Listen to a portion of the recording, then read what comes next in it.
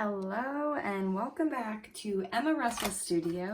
Today we are going to dive into the watercolor essentials.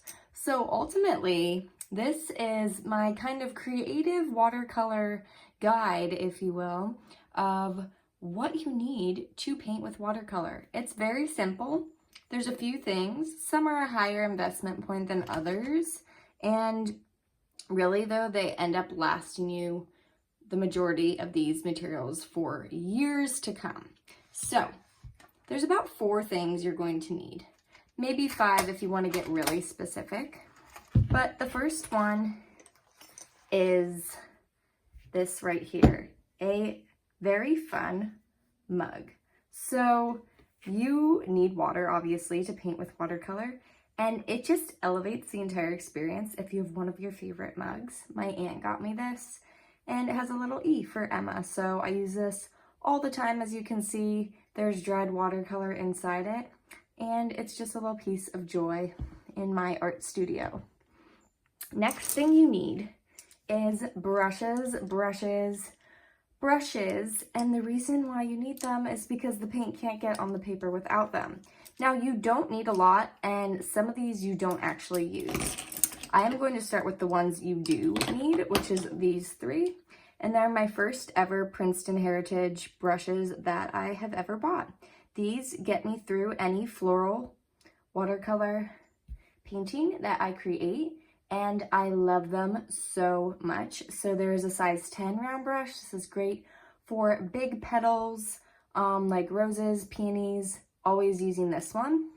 For tiny fine details, it's the 3/0 brush, or however you say that, but that is key for the details. And then there's a middle one, and it's a size 3 brush, also incredibly wonderful. I got them in a pack of 3, and I believe it also came with this flat brush, which is a 3/4 inch flat brush. Amazing for washes, getting lots of watercolor on paper.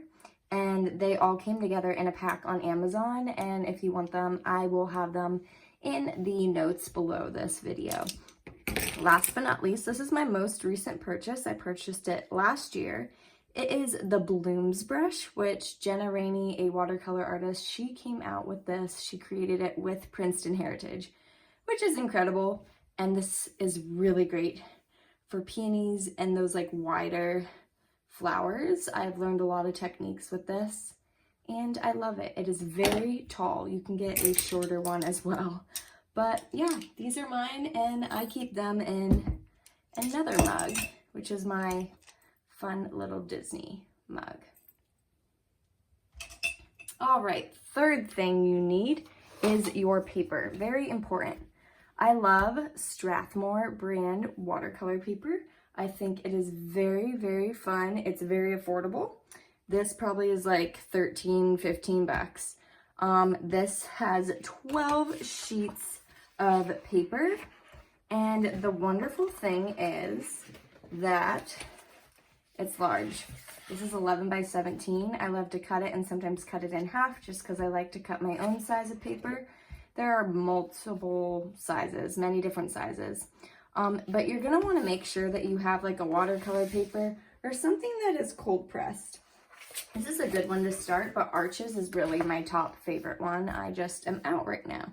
So Arches is better quality, a little pricier. Strathmore is a little cheaper. You can always go with mixed media, but it will tend to bend a little bit as it dries. The paper is not as heavy, so you want something heavier to be weighed down while you paint. Last but not least, you need some watercolors. This is my favorite set ever. I've had these tubes for years. I'm just about ready to buy my first ever replacement watercolor tube after having this set for at least 2 years.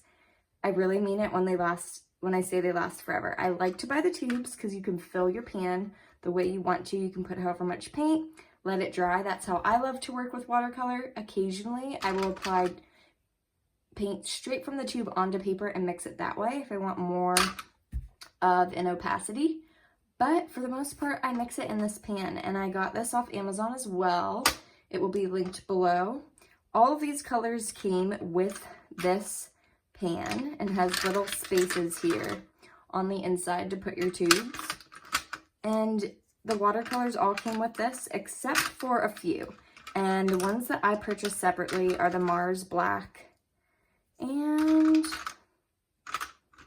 the Antwerp Blue. Those are my own purchases just because I wanted something darker. So it does not come with black, but you can always find that at your local art supply store or again on Amazon. But I like to wait for my watercolors to dry and paint with them. Some people also get the ones with pans. They also sell ones with the little square pans and you can fill them yourself, wait for them to dry. And a lot of people like to work with them that way. I like to kind of just create my own little palette. So that's very fun for me. But yeah, that is the top watercolor essentials. You need your paper, you need your brushes, you need your water cup, you need your paints. And one last thing is that I love to just grab an old like Prismacolor tin so that when I'm painting, I put my little cup in there. And I often just put my little paper towel there too, so I don't get the table below me wet. And it's just really fun for me. And I also use a lid sometimes if I have a coffee. So if you have a little tin lying around, those are great to just kind of put your water cup or mug and your paper towel in. So I hope you enjoyed this. I hope this was insightful. If you are a beginner looking for supplies that you need, kind of wanting to know what you really need to start. And, you know, these watercolors are a little pricier. They do make the Cotman ones also, but the opacity is not going to be as strong. There's not as rich of a pigment, but they're really great to start. I started out with the Cotman and then worked my way up to professionals. They are worth the money. They last you for years. You're not paying, you know, 75 bucks every few months. You're paying it for years. So really it breaks down to like less than $1 a month. So yeah, I hope you enjoyed this video, and please like and subscribe below, comment, and let me know what else you would like to learn from me.